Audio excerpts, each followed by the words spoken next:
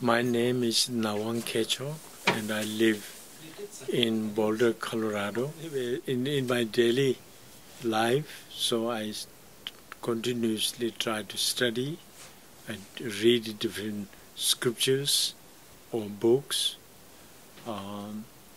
and also I try to meditate as much as I can, whether I'm walking, whether I'm sleeping, or every situation I try to put my mind in the meditation. I try my best. And meditation is perhaps the most powerful tool to nurture your heart, to become more wiser, to become more kinder, compassionate human being. So therefore, is the one of the best tool is meditation. So I try to meditate as much as I can. In my daily life, I try to continuously, I try to study about Buddhist teaching. And a few years ago, I had a big head surgery. So the doctor said I shouldn't tour, I should rest, 2011. So I had to stay at home. So what I found is YouTube. So out of YouTube, I was able to, all the different teachings what Dalai Lama gave all around the world, I can listen to all of them. That's such a wonderful. So I listened so many teachings from His Holiness Dalai Lama and other great masters. And also I was able to go to listen all the wonderful Tibetan singers and musicians from Tibet, and also from India called TIPA, a Tibetan Institute of Performing Art. This is the greatest Tibetan Institute of Tibetan Performing Arts, the greatest. So listen to them and these beautiful singers from Tibet,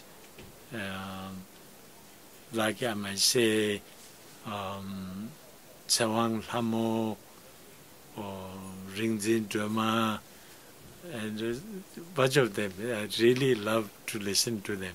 So anyway, I discovered so many different Tibetan music, and then I go to sometime to Burmese music or Nepalese music, Indian music, of course, and Guatemalan music, or all kind of different music. I try to listen. So that was so much fun. I was able to see His Holiness the Dalai Lama, who is the sole spiritual and temporal leader of Tibet for many centuries, and we all regard His Holiness Dalai Lama as the reincarnation of Buddha of compassion. But His Holiness himself always says, I'm just a simple Buddhist monk. But we Tibetans believe something else, not just simple Buddhist monk, but much evolved being that we consider as a Buddha of compassion. So anyway, I was very, very fortunate in my life, and when I wanted to become a hermit meditator, I wrote a letter to his private secretary, Kong Tarala, and who passed away now, a great practitioner himself. So he said, you can come, and His Holiness Dalai Lama is going to give you an audience, and I couldn't believe. Then I came to Dharamsala where His Holiness lived, and then I had an audience, and I asked him, I want to become hermit, and rest of my life. Basically, I shouldn't be in roaming in London.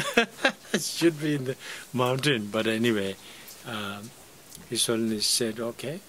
So I became hermit, and His Holiness, after maybe a year or something, he actually sponsored me for my food and stuff.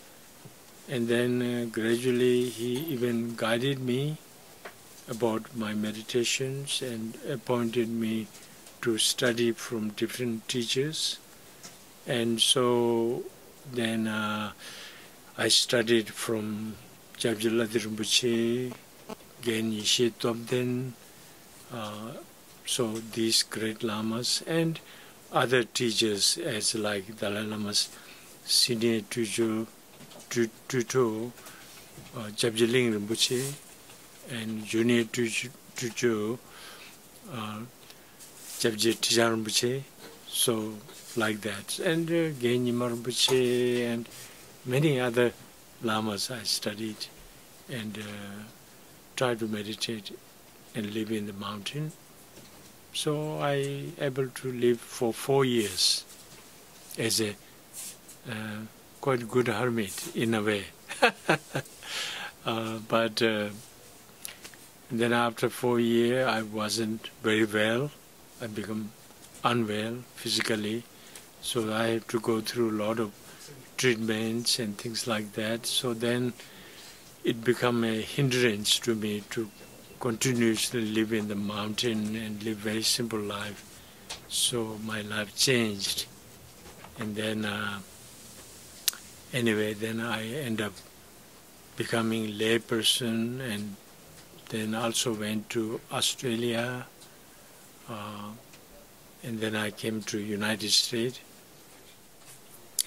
So the most important thing that an individual who wants to become hermit meditator, which I did, the reason why it's important to become hermit is you totally 100% focus your time and energy in the higher spiritual development, higher spiritual cultivation, such as universal love, universal compassion, or wisdom aspects, transitory nature of life, transitory nature of the universe, or the interdependent nature of all things, how everything is interdependent, dependent arising. So therefore the egocentric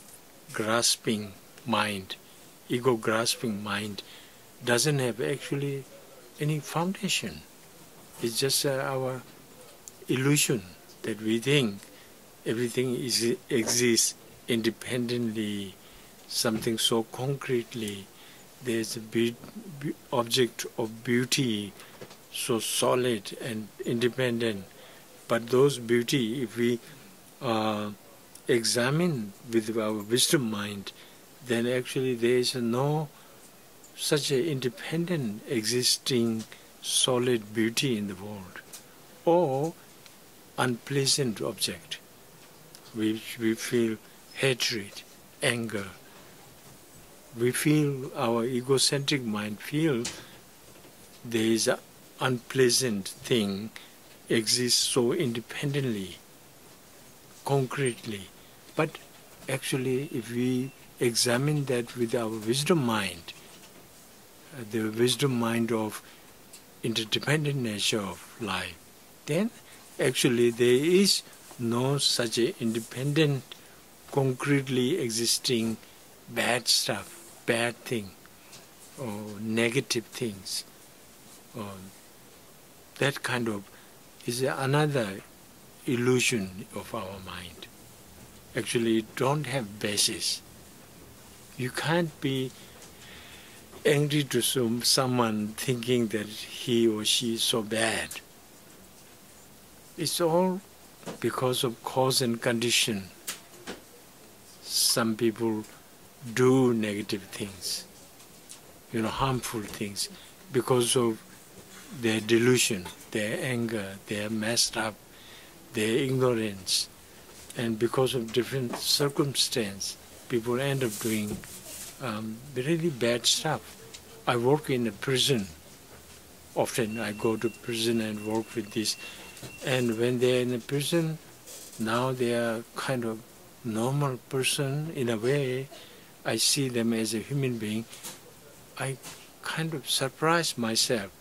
Like, wow, this person looks so natural, so normal human being. How he messed up one time and killed someone. That's why in the prison. So, but actually the humanity inside them is so beautiful.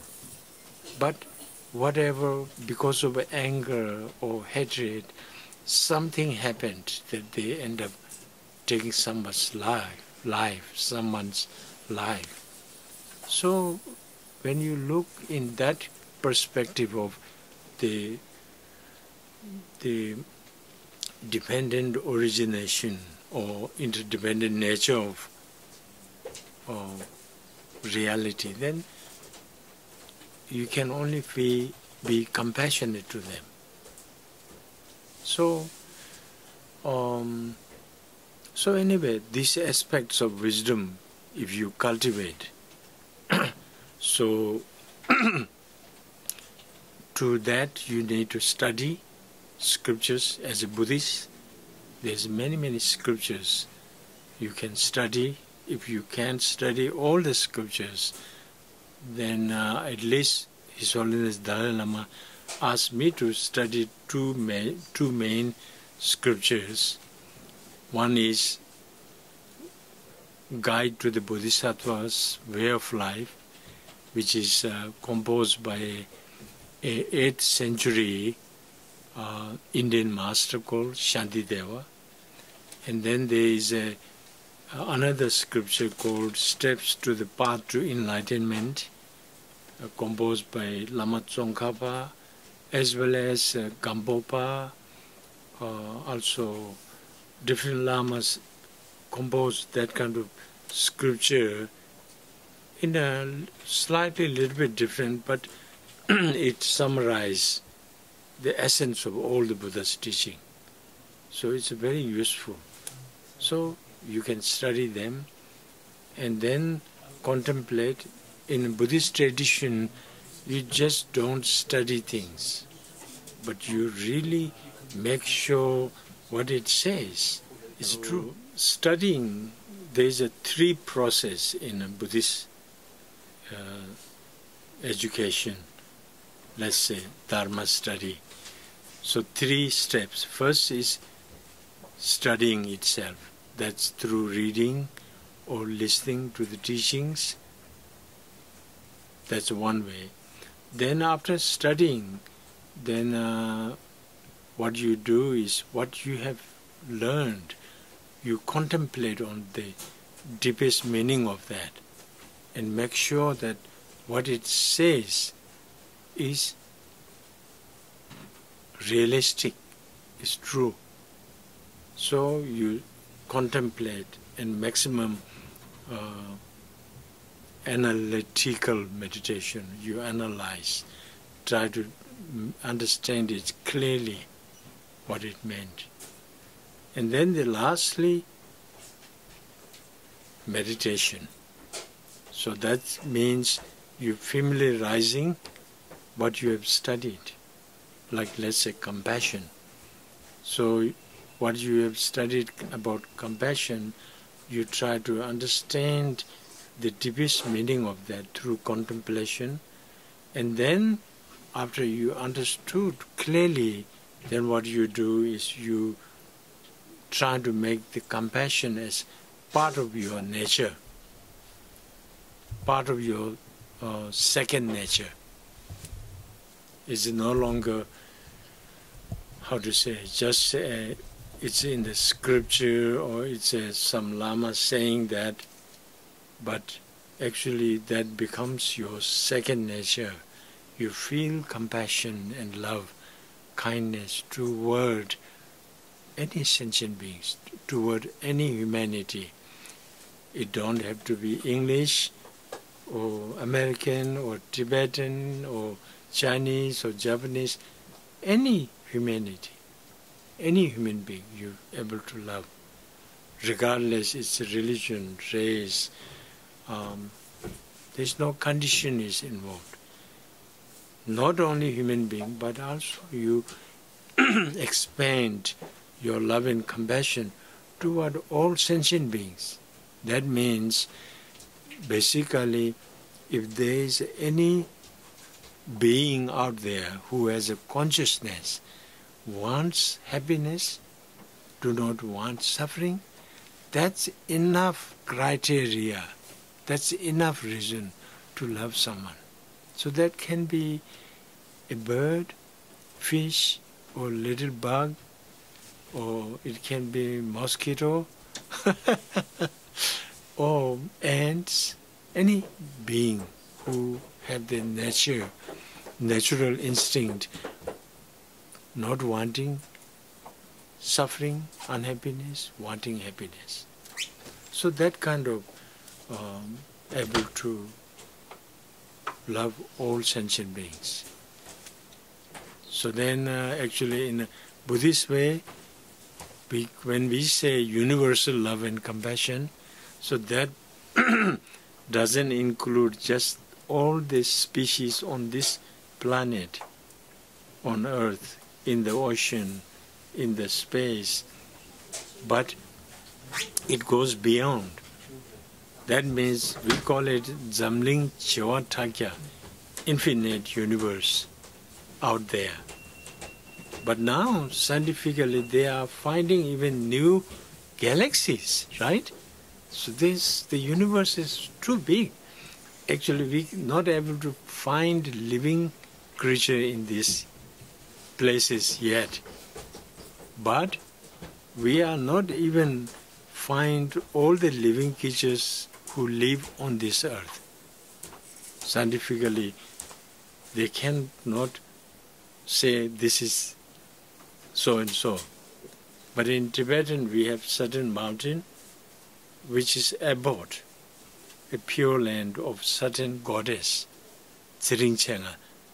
But we, ordinary human being, when we look at this mountain, we just see a rocky mountain with snow and some trees.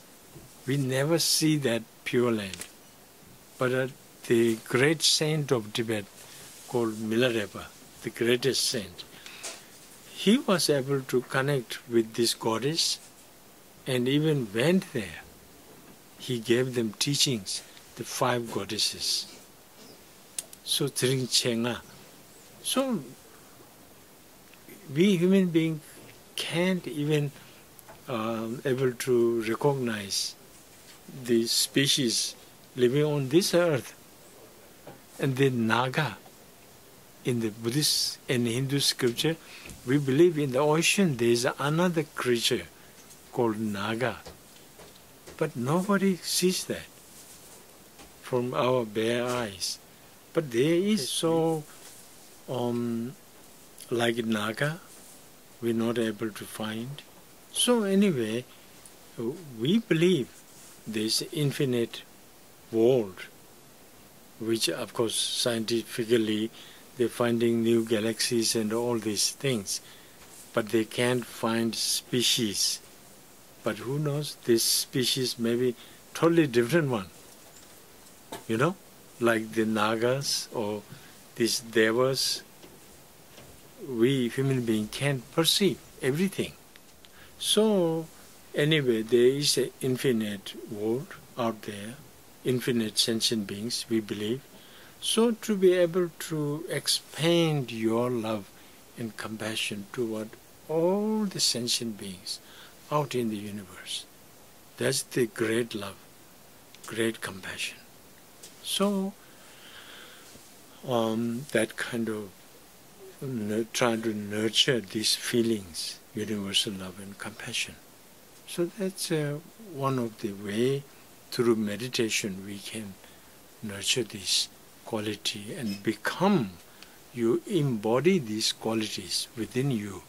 You become someone who is a universally loving and compassionate being. So that's one point. And regarding Tibetan freedom struggle, I feel the Chinese government, I make very clear between Chinese government and Chinese people. Chinese people, they themselves suffering so much under the communist regime. So therefore I feel sorry for them. And the government, what they're doing in Tibet is they are exploring all the natural resources. They're digging all the important places where they can find uranium, gold, different minerals. They're doing it everywhere. Even the sacred mountain called Amchok, which is the place where His Holiness Dalai Lama was born, Amdo. So the sacred mountain is Amchok. They are already mining that mountain because they're finding some uranium, some natural resources. So anyway, they're doing that all over Tibet.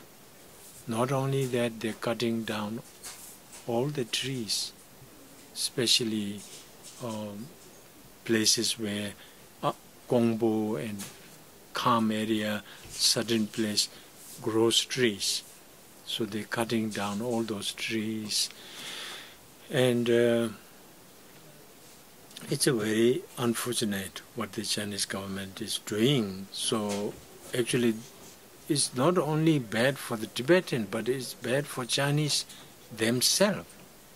Because China's river, the Yangtze, Mekong River, they all actually flows, starts from my birthplace, actually Kham area, where I was born. It starts from that, and then gradually become bigger and bigger river, and Chinese survive. It flows like Yellow River, then goes to Mekong and Vietnam and all that. So anyway, if they are cutting down the trees, and then because of the deforestation, the weather changes, and the ice pole, Tibet is known as third ice pole. So that, how to say, that ice started melt, and then it become disaster, and then losing the water reserve in Tibet. So there's actually, ultimately it is damaging for China, of course for Tibet, and also in India. The river flows, Brahmaputra and many river goes to India also. So anyway, ultimately what China is doing in Tibet is they're destroying the natural resources in Tibet, and it's bad for China, Tibet, Asian countries. But we Tibetan, not only that, actually the Chinese government is now sending millions and millions Chinese into Tibet. They're trying to overwhelm all the Tibetan cities with Chinese. So all this, what they're doing is destroying Tibetan culture, destroying the Tibetan natural resources. But why they're doing this? Because of their ignorance. The communist Chinese, their ignorance doing this, their pride doing this, their arrogance doing that. So therefore, there are a lot of Tibetan youth who are very angry, for good reason, very upset. They want to fight with Chinese government. But His Holiness Dalai Lama's guidance toward the majority of the Tibet is, he says always, we cannot hate the Chinese because of their ignorance. They are doing these bad stuff. So we cannot hate them, but ultimately we must love all sentient beings. That includes the Chinese. Chinese are the most populated nation on the earth. We can't hate Chinese. We must love them. But we can love them, but we stand on our ground firmly. We don't take all the nasty things they're doing. We must tell the world what they're doing. So, Tibetan, we try to educate international community what's happening in Tibet. So, because of all these things, the Tibetans do protest time to time. They protest non-violently, very peaceful protest. But then the Chinese government arrests them, put them in prison, torture them to the death. It's just unbelievable. These former prisoners, ex-prisoners, Chinese Gulag, who come able to escape in exile, what they tell us is amazing. So therefore there is not much chance to actually to make a peaceful protest. So now, out of total desperation, more than 140 something, mostly monks, some lay people, some nuns, but mostly it's monks. They, what you call it, self-immolation, they burn themselves. And one of the most amazing thing is these monks, when they decided they will die for Tibet because of their desperation. They're ready to die for Tibet, and actually they know they're going to die because they're going to burn themselves. But they could have taken few Chinese with them while they kill themselves easily. They can do that, but none of them ever did that. They never tried to hurt any Chinese, but they just simply burned themselves. So that they're trying to make touch the heart of the international community, what's happening in Tibet. So it's a very, very sad situation. But I have my deepest respect for these who sacrifice their life for the future of Tibet, to preserve Tibetan culture, Tibetan environment, and their one of the biggest wish is free Tibet and to bring the Dalai Lama back to Tibet. So, well, their sacrifice never been in vain, but the international community taking quite serious about that, and they're trying to protest toward China. They're trying to do something, but Chinese government is too rigid. It's not so easy to change their mind, but something is happening, that's for sure. So one very interesting journey in my life is just somehow I end up becoming musician, especially in the name of Tibetan flutist. So I started that actually performing in Australia. I used to live in Australia, I'm still actually Australian citizen as well as American citizen. And naturally, I am Tibetan, of course, born there. So anyway, Australia is the area where I started performing in public, and somehow the public response was very exciting. So more and more people asked me to come here, there, so there I keep playing. And then I found out, actually it also gave me a stage where I stand and educate about what's happening in Tibet. So I realized, wow. So it gave me stage to speak out what's happening in Tibet. And not only that, also one of my deepest commitment in my life is to share about the value of love, compassion, kindness to the humanity. When we become kinder, compassionate, loving, how we truly become more happier, more satisfied deep inside, and even we become more beautiful. It's actually inside out. And the way we speak, the way we walk, whatever we do in life, we become truly very beautiful human being.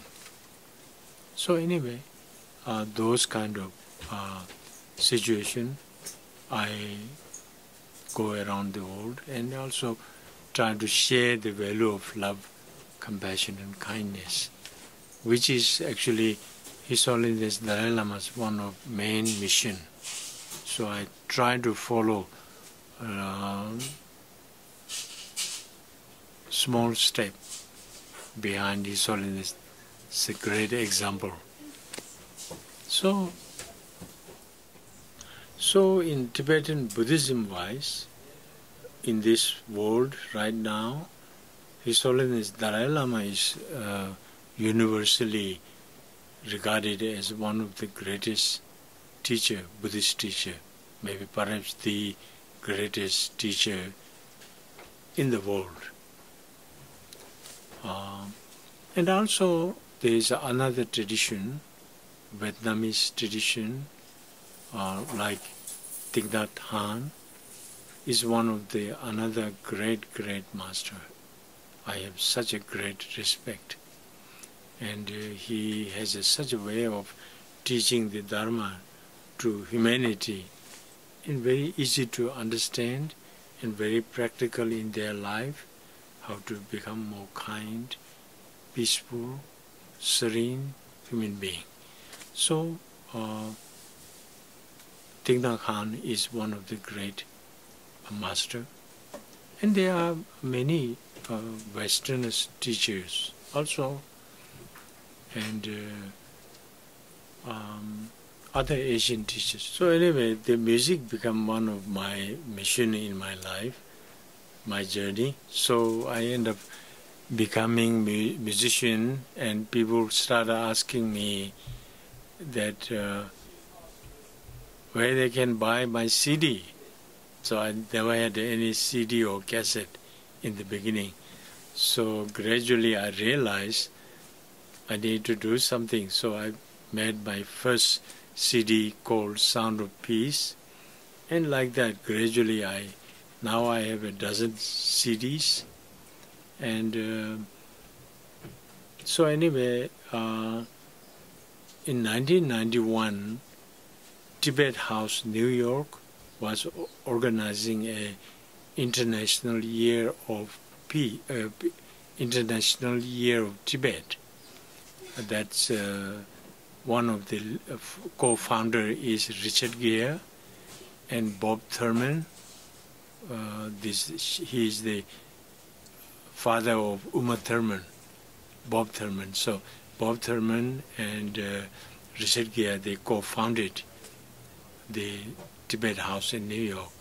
So Richard Gere went to a Tibetan store, and the guy was playing my music, and he somehow liked it, what I was playing. So he said, "Who is that?" He said, "Oh, he's Nawang Khechog, and he lives in Australia." So he showed some other CDs, and somehow Richard Gere really liked what I playing music. So he told his people who work at Tibet House to bring me one of the act of the year of Tibet. So he invited me from Australia to United States, and I did a whole tour in all over North America. And then I realized actually it's a very powerful country, huge country. So maybe I should stay here instead of going back to Australia. So then I found a lawyer, and she worked on that, and then I got the green card, and then I was able to live in United States, and then I continuously toured North, South America, Europe. But this is my first time touring in London, actually England. So I'm very, very honored that I'm able to yesterday perform with the Royal Philharmonic Orchestra, right? And other several great musicians. So able to do a concert, my first concert in London with such a great orchestra. That was such exciting for me. And then not only that, now tomorrow I will be giving my first kindness workshop with Dolores Cannon and with Vitaly. He's organizing this. So anyway, I'm very, very excited to be part of this. And then I will be also doing a concert and workshop with the Rainbow Tai Chi Festival in a few days' time.